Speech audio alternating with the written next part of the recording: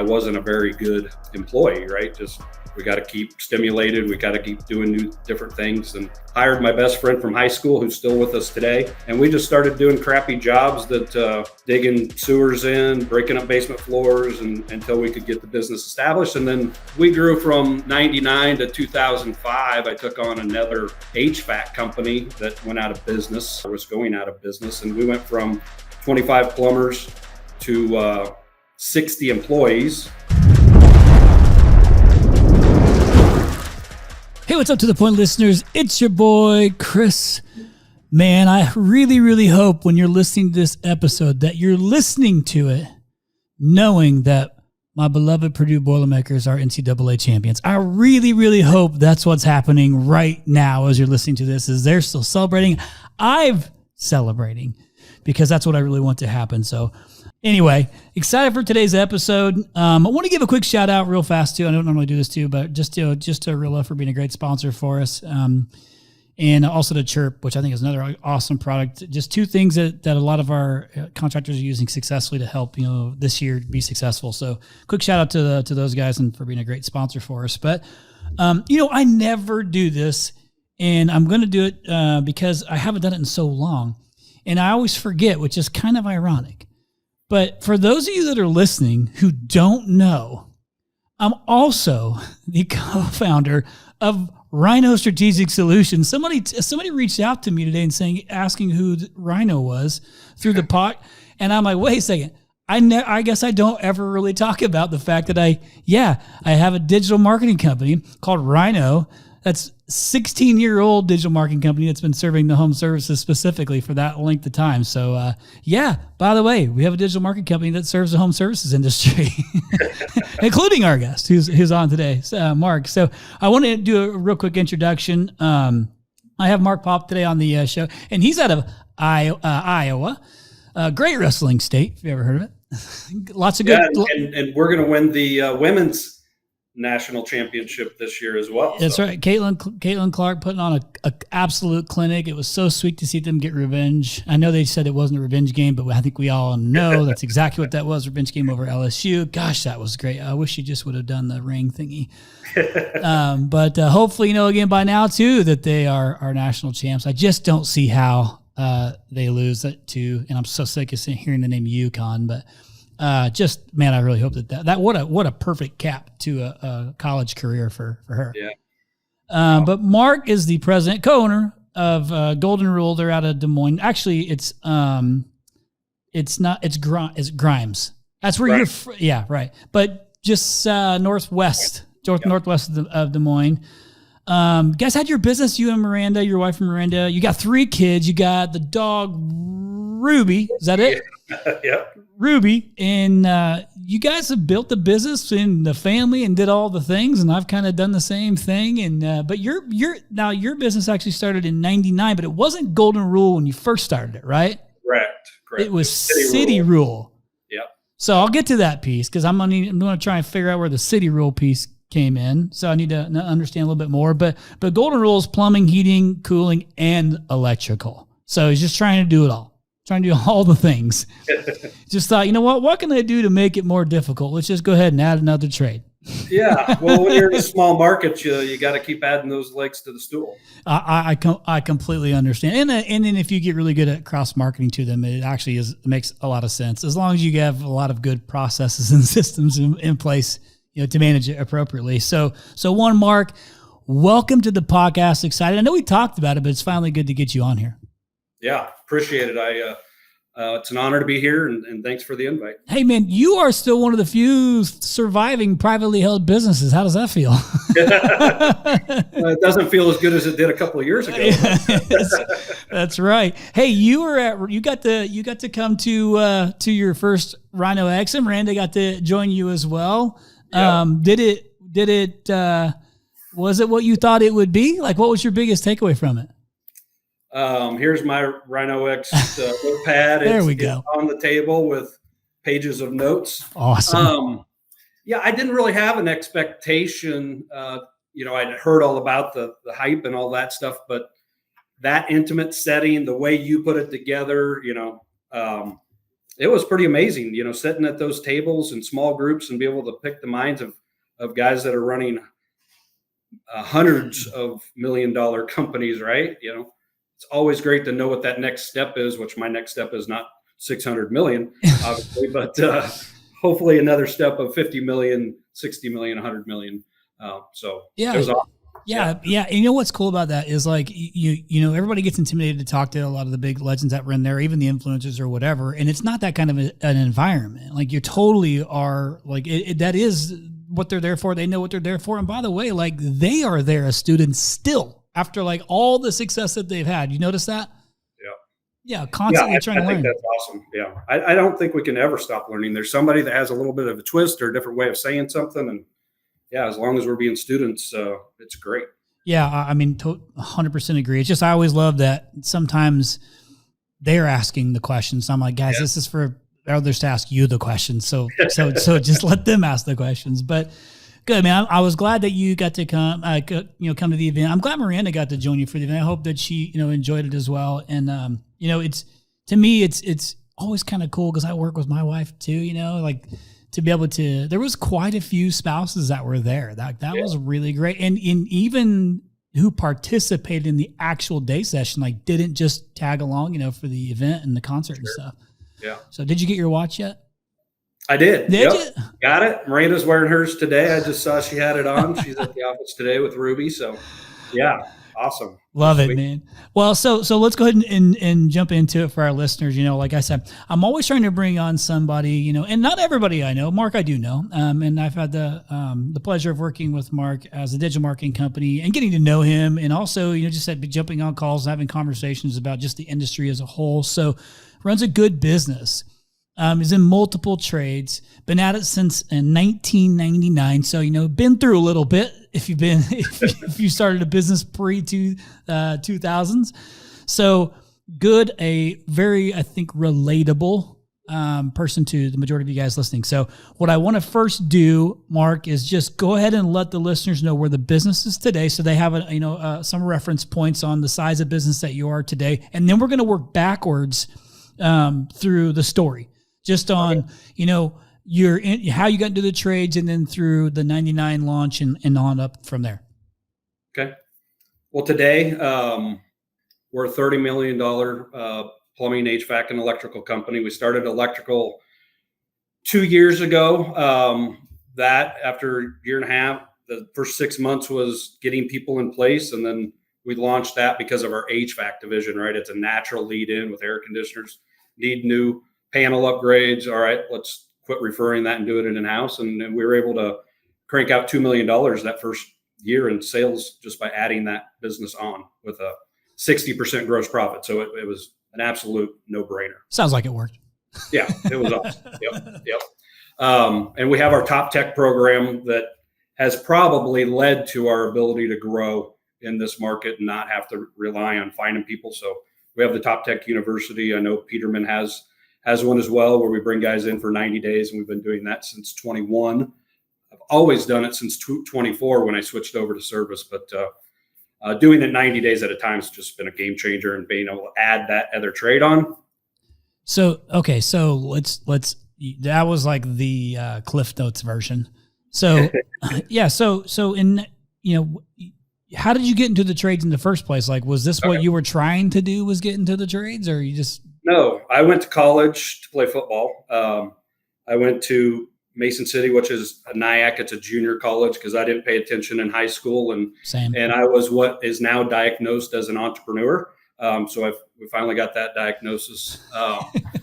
So I went to college for a year and a half, finished the football, decided to get a job, had my first, we had our son at 19.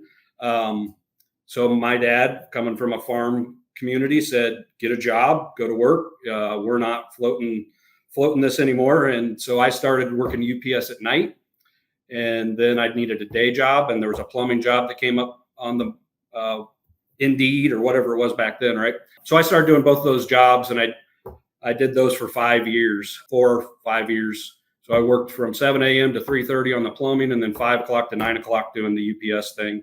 Did both of those, got my licenses in the plumbing trade. And then we came home from church one day. There was a Paup shop, which is city rule, was for sale. So I was also now what's called an acquisition entrepreneur. So Miranda just graduated from Iowa State with a design degree, and she had just started her career. Started talking to this guy. I went to the bank. I couldn't get a $1,000 unsecured loan. He put the down payment down on the business. I took it over. 3 months later, he went back into business for himself. So my contractor started leaving me, and then all of a sudden my people started leaving that I thought that I had brought on as part of the acquisition, and called him up, and he said, look, he said, the cash flow wasn't as good as I thought I'd be retiring. So I'm going to go back into business. I'll forgive this and we'll just part ways. Wow. How thoughtful. Jeez. So I didn't realize that. So man, that was an early acquisition for you. Yeah. Yeah. So I bought my first house when I was 19, when I was working both of those jobs, and I rented it out to my college buddies that were going to Iowa State. And then I bought a duplex here in Grimes and rented half of it out. And then Miranda and I got married and lived in half of it. So I had both those, I was always doing something entrepreneurial throughout that. So I had that cash flow and that, little businesses going on. And then when this came up, I knew I always wanted to be my own boss, because I wasn't a very good employee, right? Just, we got to keep stimulated. We got to keep doing new different things. And so then that's when this came about, and I bought that, and then they went back into business and started doing their own thing, mostly all new construction, a little bit of service. Hired my best friend from high school, who's still with us today.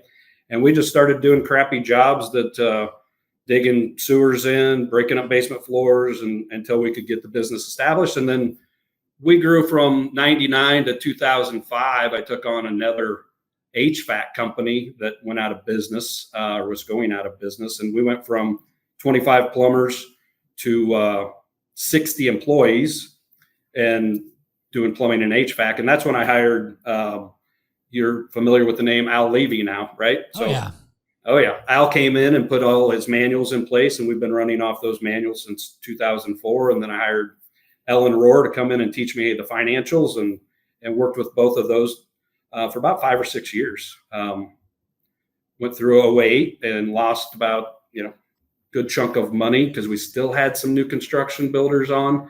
But we started doing service and training in 2004 and 2006. We had 5 or 6 full-time service techs. So I was able to cash flow through that losses. And then 2008, when the recession hit, that cleaned out all the new construction guys, right? Like, right. Okay, you're gone. I'm going to try to not be your banker anymore. And that's when we switched the name to Golden Rule, because we obey the rules to live by. Nobody knew what city rule meant. Are you in the city and the rule? But it was RULE. So I'm like, I have no idea. I don't like the name myself. So it does need to change. And then there was a citywide heating and cooling. Oh, yeah. Yeah. So we're advertising on TV now, and people are, so it was time for a change, and we made the flip. And I settled on Golden Rule, and then I put it on the shelf for 6 months, because that's a big name to put on the side of your truck, right? The expectations and the belief of it. And, my belief as a Christian was like, okay. So we shelved it for 6 months. I'm like, that's too much pressure. But then one day it just hit me like, okay, let's go. This is the right name. Yeah, man. Cause I believe, and this is, cause I'm Christian as well, that sometimes you just get like the things are so obvious in front of you, but we make it more difficult than it needs to be. Yeah. And that's like a great name, and if it fits, and it fits your values, and so it works. Right. And the expectation is what you make of it, yeah. Like doing the right thing, doing good, going in. And if you use that business, like I'll say often, Rhino is just what I've been given to serve the masses. And so to this day, I think this, 16 years of running that business, 180 some odd rhinos, we still do community service one Friday I guess it's 2 Fridays now, because we got so many people, you have to split it up. But we still are doing daily or monthly community service. And it's not like on their own, like I'm covering the salaries while we go and serve, because that's the commitment I made. That's awesome. Crazy. That's amazing. Yeah, it feels pretty good. So congratulations. I didn't realize that that city rule wasn't something you came up with. I didn't realize it was an acquisition. It makes sense, especially because you probably could never really feel good about. I mean, if it had no meaning to you, like it's kind of hard to, like buy into your own name, which would be difficult, by the way. I've never been through that. I also didn't realize you knew what you wanted to do early on in regards to being an entrepreneur at 19. Like I had no idea what the heck I was going to do. Well, having a child at 19 kind of makes you grow up a little. Yeah. Yeah. And I have my oldest daughter at 21. Like I just turned 21 when that happened to me. And you had to grow up really fast, and I mean, gosh, in 2019, oh my gosh, 99. In 1999. Yeah. When I was Indiana State, like hopefully they just won the NIL tournament too by this time. Yeah, I just didn't know what I wanted to do for the longest time. People asked me, did you always, I didn't even know I was an entrepreneur, honestly, until like I got into it, and I didn't even know business, so, but it is exciting to hear the story because you went through a lot, in that time frame.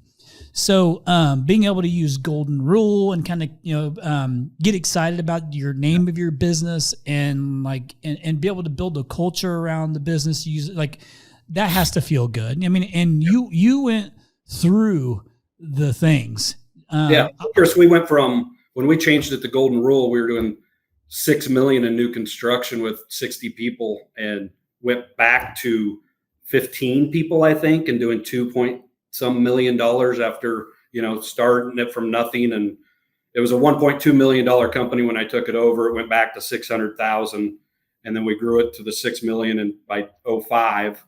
And then we took it back down to 2.3 to go service only. So, yeah, I mean, that hurts. I mean, that's pain, but it's worth it, right? Manage your numbers and your cash flow, and it works out. Yeah, but then you learn some of some of the best lessons. Like, I mean, probably one of the best lessons I learned was in the most painful point of my life in the business. Because then you have that feeling attached to that, and I'm like, I'm not going back to that. And so, and it's a great story because you're building a family along the way too, which building a business is hard enough, and trying to do it, and you have your family, and you have kids, and it's like all that stuff is challenging. And it's not like a woe is me story. It's just like a challenge. Like those are those are both full-time gigs with overtime. Yep, that is for sure. And that's what drove me to hire Al and Ellen. Was it had to be a process. I was working 12, 14, 16-hour days, and with no processes. And I'm like, I'm not doing this for the next 30 years, right? Or 20 years, whatever. Yeah.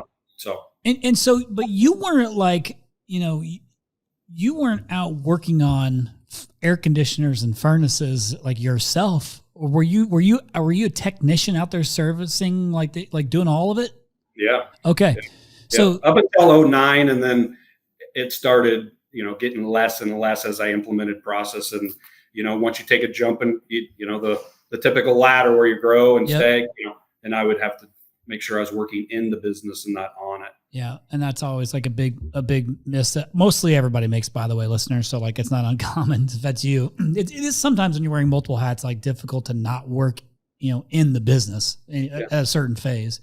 Yeah. Then you got to have those, but if you have your systems and processes in place, then you can start putting people in to manage to those. Yep. And it's just, but you have to learn it. Part of it, you have to learn it. And if you don't know how to do it, there's plenty of help. Like he said, he's using Ellen and Al. And I mean, both those are great. They kind of go hand in hand. They've been working together for so long. I know Tommy, Mello is huge fan. I mean, he loves Al. He is a huge Al Levy fan. So then let's just, so I'll speed it up a little bit too, because I want to get through some of the tactical questions. But 2023 was a year I love talking to people about because we're just out of the unicorn years for the trades, and some had a good 2023, but a bunch didn't have a 2023, and not necessarily they were bad years. They just weren't what was projected, but it made you look a little bit closer at your blocking and tackling, if you didn't have some of these things in place. So how was your 2023?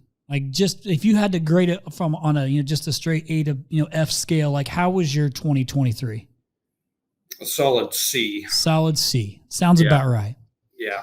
Yeah, we crushed it up until September, and then we just got kicked right in the nads in September, the rest of the year. And I never like to mention the weather, but the weather it's been 40 degrees and 50 degrees in Iowa since September. We had one cold snap in January for a week and a half, and our business just went like that. Yep. And then it went right back to 48 degrees. So creating that demand on that side. But our HVAC service is actually above goal. And we're seeing more of a struggle in the plumbing department on demand calls, right? But our HVAC is really doing a great job. So, by the way, for those listening who've never been to Iowa, 40, 50 degree weather is like shorts and shorts weather and maybe a hoodie. Shorts weather. Not ideal. So, how was the beginning of 2024 starting off for you, Mark? January was a really solid month. February was a really challenging month. I mean, it was 60 degrees here a lot of that month. And so we just started getting air conditioning system checks going on. And then March hit, and now it's 40 degrees and snowing. I think next year or next week it's going to turn around. But this is always, I say this is always the toughest season in Iowa, because air conditioning, you really on those 10 plus systems, we really want it to be above 50 degrees, right? To really properly check them. We can do tents and blankets and all that stuff, but it's just adds more to it. So we're ready for some 60-degree weather. March ended up gross profit. We've still been maintaining a 52% gross profit, but we're just short on gross dollars because our sales are not hitting budget. Yeah. And by the way, let listeners know what kind of population we're talking about with Des Moines, with the Des Moines market, Des Moines Metro, greter Des Moines Metro. Yeah, we'll call 230,000 households. Exactly. So it's like, we're not talking, this is a medium major metro area. It is a small metro area. And which is, again, is why sometimes adding on those additional services and being able to market to them makes sense. Like it makes sense if you have somebody who can legit lead it and you've got good systems and processes in place. So I get it. So, when people talk about, because, like I live in this world of heating and air conditioning, and I have for so long across really all of North America. So yes, I watched weather patterns daily, every day for the last I don't know how many years. Like it's a part of my everyday life.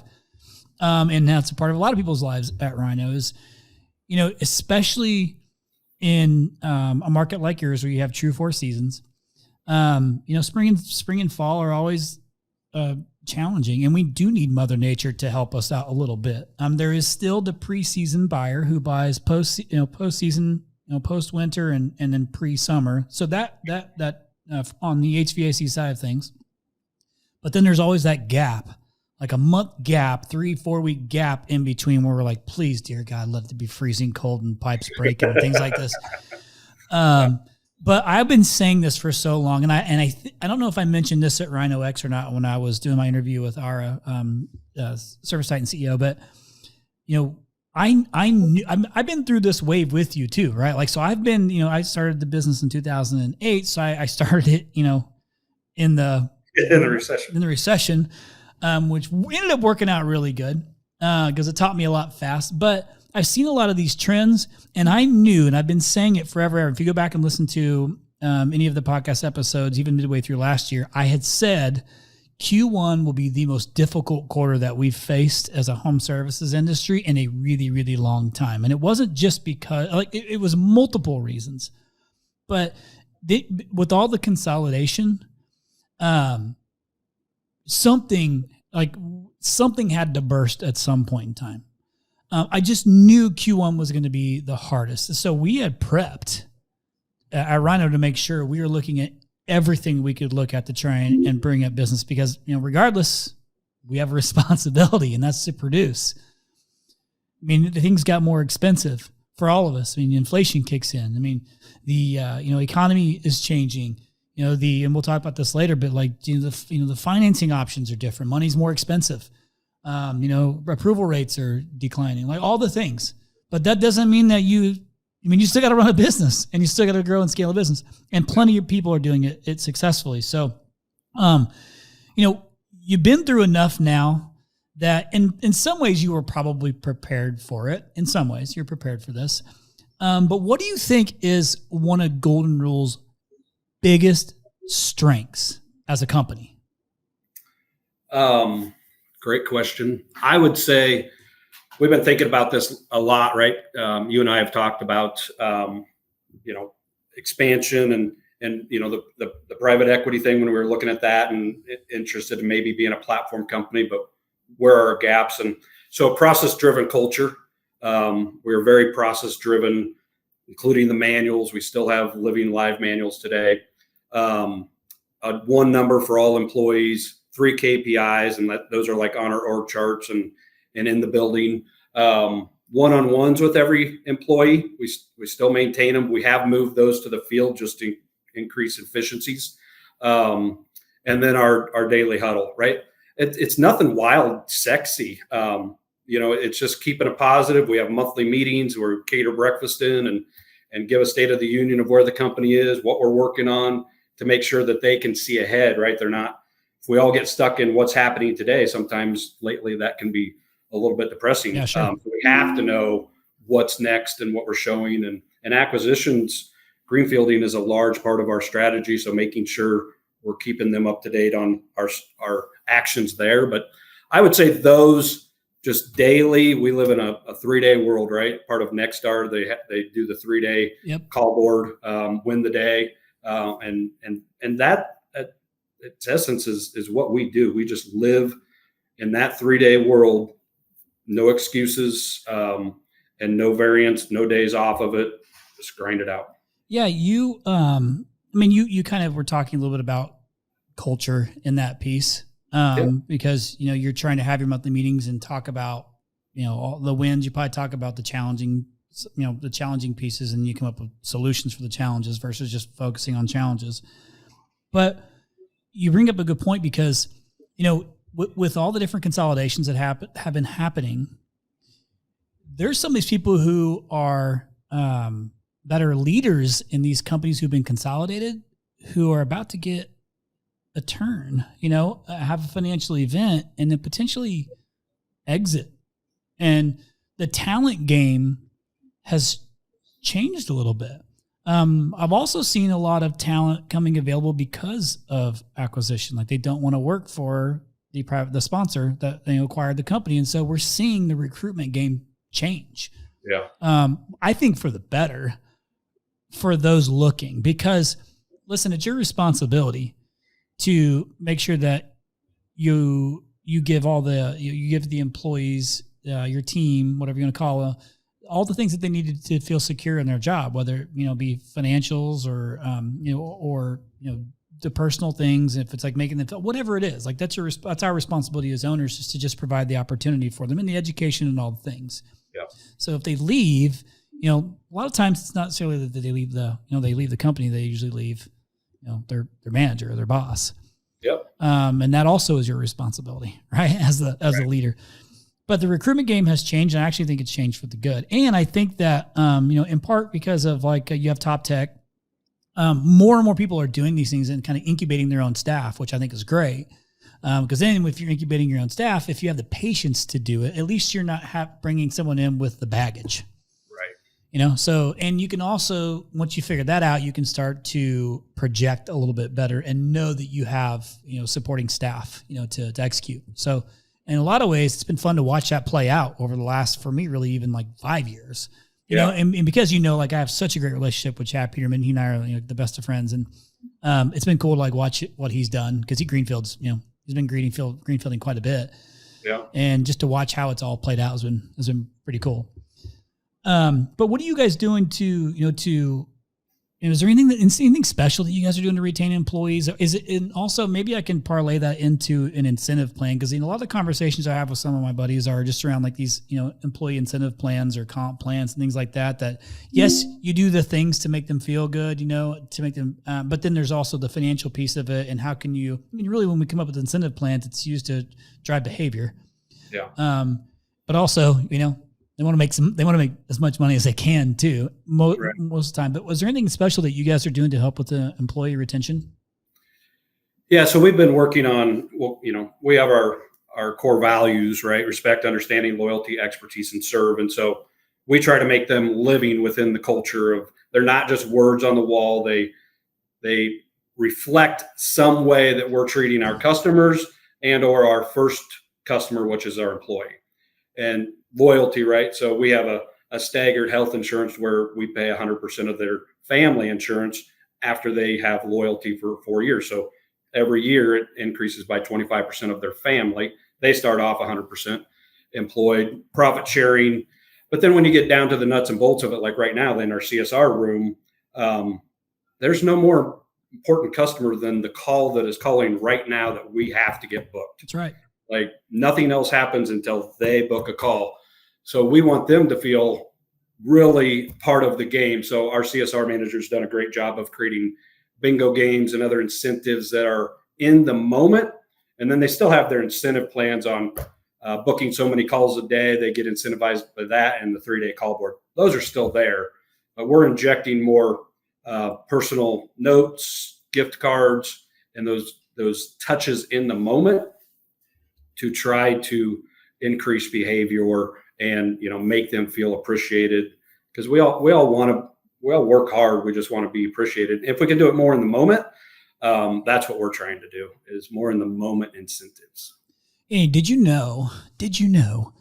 So I was looking at just the last 6 months of your CSR's performance based on new leads that have come in, from our stuff.